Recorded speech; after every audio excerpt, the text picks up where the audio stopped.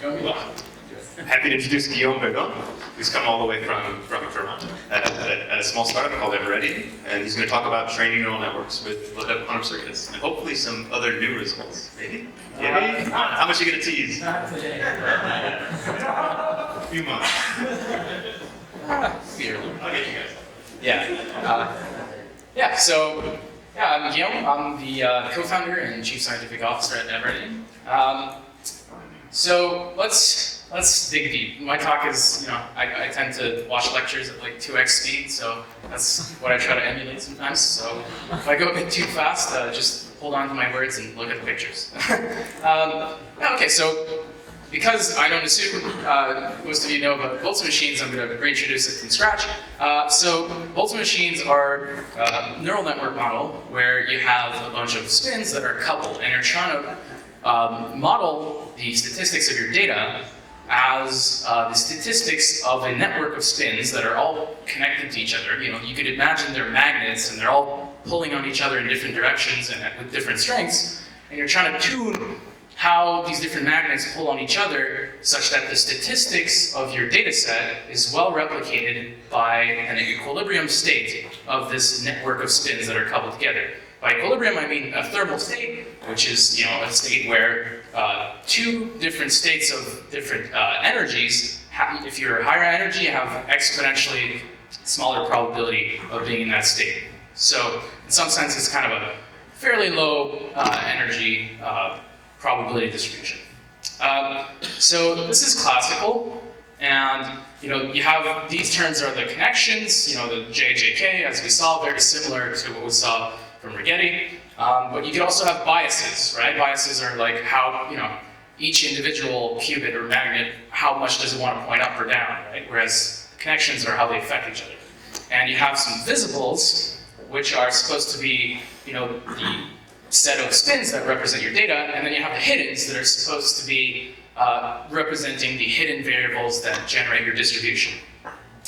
Okay, so the goal of classical Boltzmann machines, as I said, is to have your visible units at equilibrium, their statistics, let's say you have a certain distribution, mimic that of your data. So there's a certain thing called the relative entropy, which is just a distance kind of between two distributions, right? And you're going to try to minimize the relative entropy between your data and the visibles by tuning your parameters, right? Here would be like the relative entropy density. You'd add this up, and then you'd see, how off of the data you are. So clearly, because we're going to model this whole system as a physical system that's at thermal equilibrium, we'll need efficient algorithms to sample the statistics of this distribution at thermal equilibrium, right? So, there's been algorithms like Monte Carlo techniques classically, but today, rather what we'll do is talk about how to use quantum computers to sample this thermal distribution. So how to make this a quantum problem? Well, you just put hats on things. That's it, right? I'm a theorist. So. I will let go of the hats because, from context, I don't know, theorists do this. So basically, your energy, which depending on your states, how your magnets are aligned, becomes, an operator-valued function. What does that tell you? It tells you that if you apply it onto a certain state, you get a certain value, or you get a different state. So it's very similar to the previous talk, these terms at least, but these terms not so much. But this is supposed to represent our network of spins that we're trying to see how to thermalize. So there's a few ways to do that, some ways that are older than some others. So there's quantum analog give sampling through annealing. I'm going to get through that. There's quantum digital, maybe in the future. And what I'm going to talk about with our algorithm is quantum approximate methods that are near term. So at a high level, quantum analog give sampling, you have a literal physical system that you have miniature quantum magnets and replicate this network of magnets with the same network of magnets realized physically. And the temperature is just a physical temperature in your lab you put in a fridge, right? So the physics of the chip are in direct analogy to the algorithm you're trying to do. Right? Okay, that could be powerful if my network is kind of exactly that of my chip, but is that very flexible? Perhaps not, right? If I want to model different physical temperatures and my fridge is always 4 microkelvin, then I'm stuck, right? And if I want to connect some spin that's over here to the one that's way down there on the chip, that's difficult. And if you have to embed your problems into the kind of fixed embedding on your chip, that there's all sorts of issues there, and you lose a lot of the power you have from doing things in a truly analog fashion. So there's a whole bunch of theory you get taught in quantum computing school about how to simulate any time evolution, right? That's why we wanted to build quantum computers originally. Feynman said you could simulate any quantum system fairly efficiently. Okay, so what if you tried to simulate this kind of virtual analog kind of quantum computer, but with gates? Well, if you use traditional methods, you need quite a few gates. What you're trying to do is approximate a continuous path with quite a few little time steps, right? And stay close to the path. The advantage, though, is that, just like I could play a video game theoretically with four-dimensional characters, I could have crazy connectivity because it's virtualized physics. I could swap things around in real life, and I'm simulating virtualized physics. So that would be great. There's some caveats. You would need full fault tolerance, which we'd expect to be in a while, and over a billion or trillions of gates, which we can't achieve just yet. So is there a near-term solutions to this for the noisy intermediate scale quantum devices era, or NISQ era? And the answer is yes, and that's what we're presenting today. In a nutshell, we use we actually use QAOA as a subroutine, but it's a quantum classical hybrid dimensionalization, right?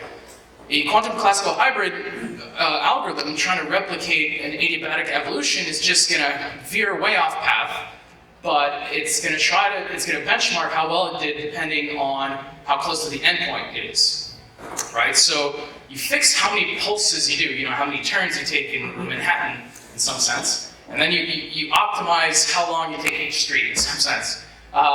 So the classical computer, I'll dig into this a bit more, but the classical computer only has to figure out how long you have to go for each pulse, and the quantum computer does a lot of heavy lifting there. So the CPU, the classical computer, and the quantum computer share the optimization load on this one. And yeah, QAOA was inspired from adiabatic quantum computing, as we saw. There's nice results about quantum supremacy, and, well, we're getting implemented it, right? So it is near-term implementable.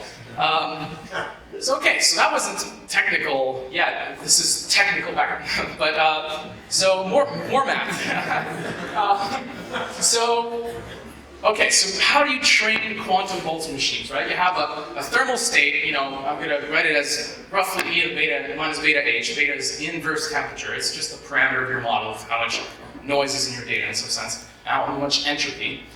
So you have a network Hamiltonian. I've dropped the hats for convenience. And let's say we just write all of our parameters under one big theta because we're theorists. So let's say I want to minimize this quantity according to those parameters. So do I just take a derivative and go down the hill? Do I just do a gradient descent? Well, that would be convenient, wouldn't it? But that's a bit too hard. It's hard to estimate the relative entropy through measurements, right? So what we got to do is we got to assume that we have the thermal state and analytically compute in some sense the relative entropy and find some formulas to approximate the gradient. So this is standard technique in classical neural networks, kind of called minimizing an upper bound, or sometimes maximizing the lower bound, or there's always bounds in maximizing and minimizing.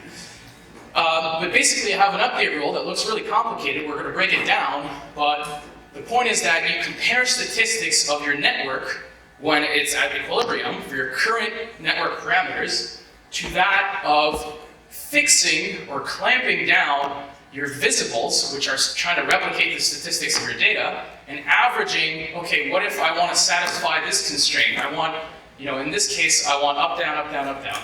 And in this other case, I want something different. And so I compare the natural equilibrium to the things I want, right, which is to replicate the data, and I take the average. So let's say I try to update a weight, right, a connection between these two magnets, right? Okay, if I take my formula from before, it's a derivative. Okay, so I just have to measure a correlation, right? Are they agreeing or disagreeing on average on this connection, let's say. So let's say I have a data set that's, a bunch of bit strings. I convert that to a bunch of spins, up, down, or whatever. And what I want to do is average over clamping all these data points to a certain configuration and averaging over all configurations and comparing that to my current natural equilibrium. So that I want to make my equilibrium, get closer and closer to my data set. So, pictorially, what I'm doing is that you can imagine a really strong magnetic field,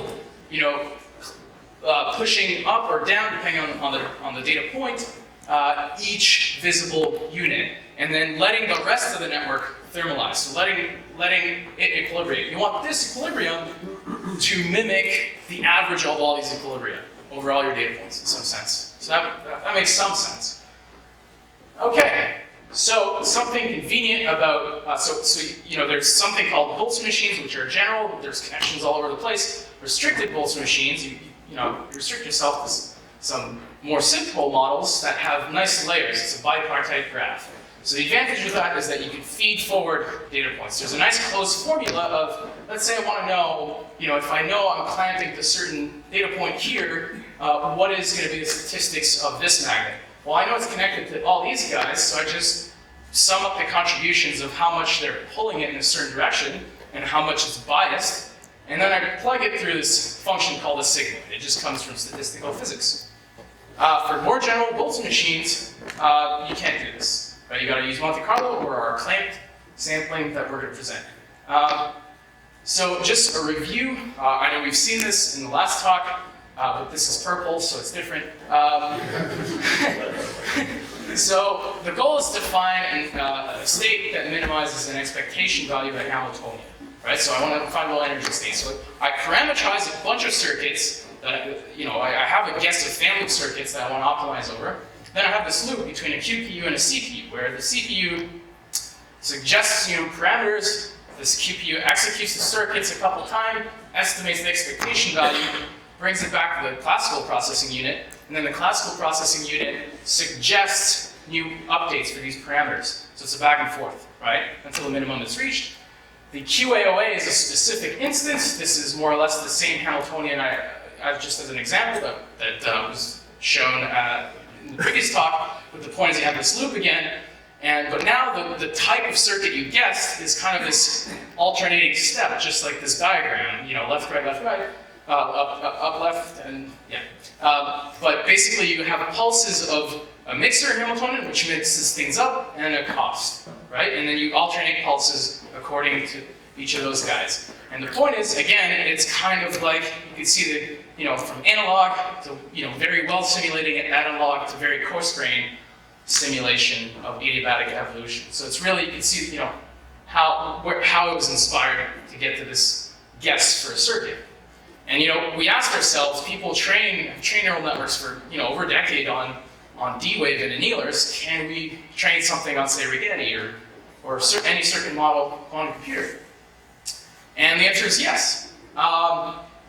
So I've been talking about sampling from the Gibbs distribution. That's really the important subroutine in this, because the rest is just theory about how to update weights once you have samples. But so basically, once you have a certain network that you want to see how good it is, and you want to estimate, get this update rule, what you do is you initiate the system in an easy thermal state, maybe in the X basis, a superposition like last time, or in the Z basis. We try both. Some work better than others sometimes. So what you do is, in some sense, you inject some entropy at the beginning, and then you use QAOA to minimize the cost Hamiltonian being that of the Boltzmann machine Hamiltonian, right? And thermodynamically, what you're doing is you're injecting entropy, right, which is S here, and you're minimizing energy. And this quantity called the free energy in thermodynamics tells you how far you are in relative entropy to the thermal state. So I'm trying to get the thermal state, and through this formula, through this, I can get pretty close. How close? Is it useful to train, neural networks? Yeah, it seems so. So what we did was train restricted Boltzmann machines using this rule I just described, and we used our quantum approximate thermalization, which is based on QAOA. And you could do clamped thermalization, you could do unclamped,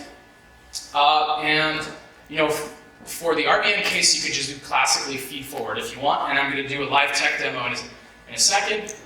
So we added a little tweak to the algorithm because it was running a bit too slow for our tastes, and it ended up actually being better performance. So instead of averaging equilibrium of each individual data point clamped one at a time, what you can do is, because it's a QAOA algorithm and you're doing many runs, at each run you randomly clamped a different data point. So you could do all your data in one QAOA run. And actually doing this gave us much better results. And for the advanced users, in some sense we're clamping to a mixed state rather than a pure state. A mixed state that is randomized over all our data. So here are the results. We used the Rigetti Forest QVM simulator, and we use a simulator because that's nice, and you can simulate different noise levels so you know which hardware could potentially run this algorithm. This is the error. We just put a needle in the haystack, and this is how well it decoded it or found it. And we're going to code an example in a second. But the noise we did, we added noise to our circuits because it's a simulation and we want to simulate real systems, right? And this noise is called depolarizing noise. So the probability P is that, maybe I flip you, across the x-axis, or flip you upside down, left and right. There's 3 axes which I can flip you at. So there's quite a bit of noise that we randomly flip our qubits. And what we can see is that, if you're at 5% of each possible axis of flipping, then you have quite a bit of chance of messing up. That's basically Russian roulette odds. So your qubits don't do that well. But if you get to things that are achievable right now, and people have gate fidelities of this order, you can have neural networks that train really well. And actually our randomized clamping, which you can't do on an annealer, has much better performance even with noise compared to the noiseless without the randomized clamping. And that was kind of an accident, but that's why we need empirical testing of algorithms. You just got to try things. And this is a new era of quantum computing where we just test algorithms and test ideas on simulators or actual quantum chips. So I was told this is kind of like a coding meetup, so who's interested in a quick walkthrough at a high level? Okay, a handful, okay, let's do that. So the code is going to be online on our CTO's, Michael Broughton, who's our CTO. He put it on his GitHub for people in the audience to check it out and start training neural networks at home. And yeah, we're going to go through a little class function we did, and then we're going to run it in a little notebook. So it's a bit more code than, it's not as clean as those 19 lines of code, but oh well. Okay, so we set up Pikewill, we import the QAOA and the VQE functions of Pikewill, and yeah, so we set up a class called QRVM. We set up our neural network, what are our visibles, our hiddens, so on and so forth, how many measurements per run. We set up the temperature, how many QAOA steps in our algorithm, how many times we alternate those pulses. And we use the VQE for expectation values. The optimizer we used for those specialists was Nelda-Mead. And we set up the network just completely randomly, so it's got to really figure out how to optimize the different network parameters for a certain problem. We define what our hidden visible indices are. We define our cost Hamiltonian, just like we saw, like a Boltzmann machine Hamiltonian, a mixer Hamiltonian. And then what's nice is that, oh, not there yet. So for the adding entropy to the system, I said we start in a thermal state, right? But we're also trying to end in a thermal state. So there's different thermal states. There's thermal states that are really easy to prepare. The beginning thermal state you could use, we're going to use entanglement today. Technically, you could just randomize things classically, but with entanglement, you could prepare a mixed state that looks like this, a thermal state, by using entanglement. And how do you entangle? Well, each qubit in your run, you just do an Rx gate like that and a C0, and you have some entanglement. And you can adjust the parameter alpha depending on the effective beta you want to have. So what's cool is we have a virtual temperature. It's not a physical temperature. So if you scale up your problem, maybe you want to cool down things a bit more, because it's a harder problem. So you can do that with this. Okay, so you put all the QAOA ingredients together, you set where to output the QAOA angles, you use Pikewill's parametric program, it's really nice. And yeah, so we put in an option if you want to do some classical and some quantum and average both. And yeah, you define the optimal QAOA parameters given the current weights. And this is where you evaluate those correlators for when you have thermalized, when you've minimized the energy and thermalized, so that you can get these values for the weight updates, right? So for the demo today, we're just going to compute the negative phase, which is the natural equilibrium, because you could push forward things just classically and it's much faster for now, but for more general topologies of a network, you would need to use the clamp sampling. Yeah, so again, the feed forward part, and then this is just some writing stuff to memory. You update the weights according to the rule. This is the feed forward, it's a single line of code.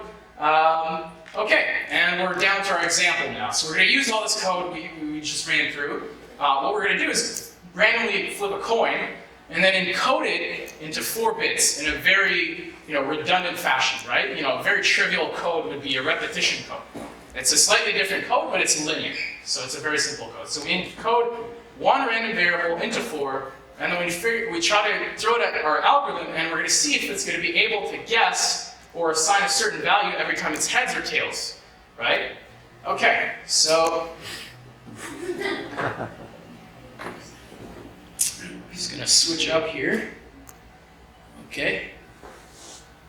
Okay, so this is Jupyter Notebook. We're just going to Control plus. Yeah. what? Zoom in. Okay, Round plus. that's right. Plus. There we go. There we go. Okay, so welcome to the demo. So we set up Michael and so on. We create a bunch of random coin flips. Here, just enter. Okay. So we generate a sequence of pluses and minus ones, which are coin flips. And now here we just encode those. If it's, let's say, +1, you encode 1, 1, -1, -1. And then if it's -1, you say -1, -1, 1, 1. Right? So it's very redundant. It's always the same pattern. So it's 1 bit encoded into 4. So I do this. Okay, and this is new data. Okay, so this is going to be the training. We're going to import our QRBM. We're going to say 4 visible units, 1 hidden. Okay. All right, so let's let it train. So the star here tells us that it's running. So we're going to switch back really quickly because we have a few minutes while it does this. Okay. Okay. Brief intermission. Okay. So I'm going to take this time we have while our computers work really hard to train neural networks for us to talk about our company. Everttian wants to be the quantum artificial intelligence company. And I'm going to be very vague, but if you want to talk about what we have in mind, come talk to us after. But our mission is going to be to advance and democratize bleeding-edge quantum machine learning. Where do we plan to build this company? We plan to build it in Waterloo. Waterloo has been set up as the center of the world in terms of yeah. So IQC has been there for 15 years. So there's hundreds of people who know quantum computing. I'm part of Perimeter in IQC. This is a Theoretical Physics Institute, and University of Waterloo is known at YC as shipping a lot of companies through YC, and they're quite successful. And we're also part of the Creative Destruction Lab, and we'll be entangled with the Vector Institute and people there. And the Creative Destruction Lab wants us to advertise the quantum machine learning program, for which we are part of the cohort this year, and they want people who are interested in creating a quantum machine learning startup to apply. They're starting in July. But you could start your own startup or you could join us. So our team, we have Tom, who's experienced in fintech, product management. I'm the quantum wizard. I do quantum machine learning for my PhD. I have a master's in quantum field theory and quantum algorithms. And Mike Broughton actually went through IC with Pinpoint and was successful. It's a machine learning based startup. And he's at Waterloo Computer Science and at IQC. So now back to the code. Let's see if it's had enough time to cook. Okay, it's still running. So how about the weather, right? Yeah, so it depends on the connection strength and so on, but it's usually on the order of a few minutes. You don't ask your question. Yeah. Yeah, we can. Sure. Let's have questions while it's running. So you said you started in a totally mixed stage. You think about starting in bias states or doing some kind of like meta training, figure out what So, started with that, would that mean? so yeah, extensions would be, so in some sense we're guessing the spectrum that it'll have, and we're optimizing over unitaries. It has one, I wasn't lying. So we're optimizing over unitaries, so that conserves the spectrum, right? So maybe variation optimizing the spectrum itself, maybe by tweaking the temperatures of each qubit at the beginning, that could be very interesting. I think, that could be an extension. Initially, this was just a weekend hack, just for fun, and here we are. Okay, so now we're going to see how well it decoded. And okay, so every time, originally the coin was +1, the RBM decoded it as 0. And every time it was -1, it said it was 1. So it successfully decoded the needle in the haystack, and this was run live. So, quantum machine learning on near-term quantum computers is truly here. You can train neural networks, and we're expanding to all sorts of other neural networks and ideas that are built to be quantum from the ground up, rather than importing, I imported a lot of ideas from the classical machine learning literature here. Okay, so outlook future work, as we just said, we could variationally optimize the entropy and the temperature. That would achieve a lower free energy, possibly.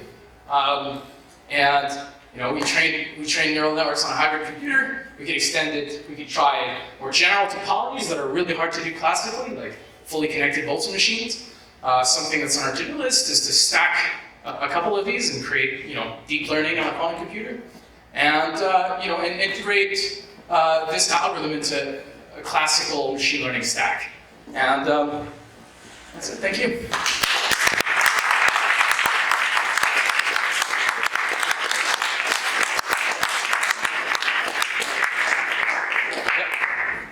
I just want to be clear. Yeah. In your demo in the notebook, Yeah. were you connecting to the simulator or the Simulator.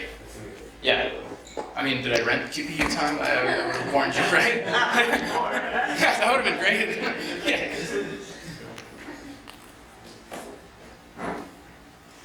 Anybody else? Cool. I have a question. Okay. In the past, have you run it on the actual chip?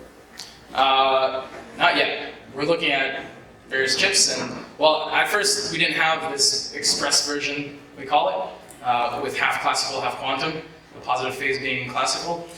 So we started running it, and it was taking quite a few runs to do one epoch, right? And we just did 100 epochs here, right? So it really depends. If you do it over the internet too, because it's a very classical quantum algorithm, the I/O between your quantum computer and your classical computer executing the code has to be really optimal. So you can have a range of 3 minutes like we saw, or a day runtime, right? Depending on the connection. So in this case, we're looking at it. That's the answer. One more? Yep.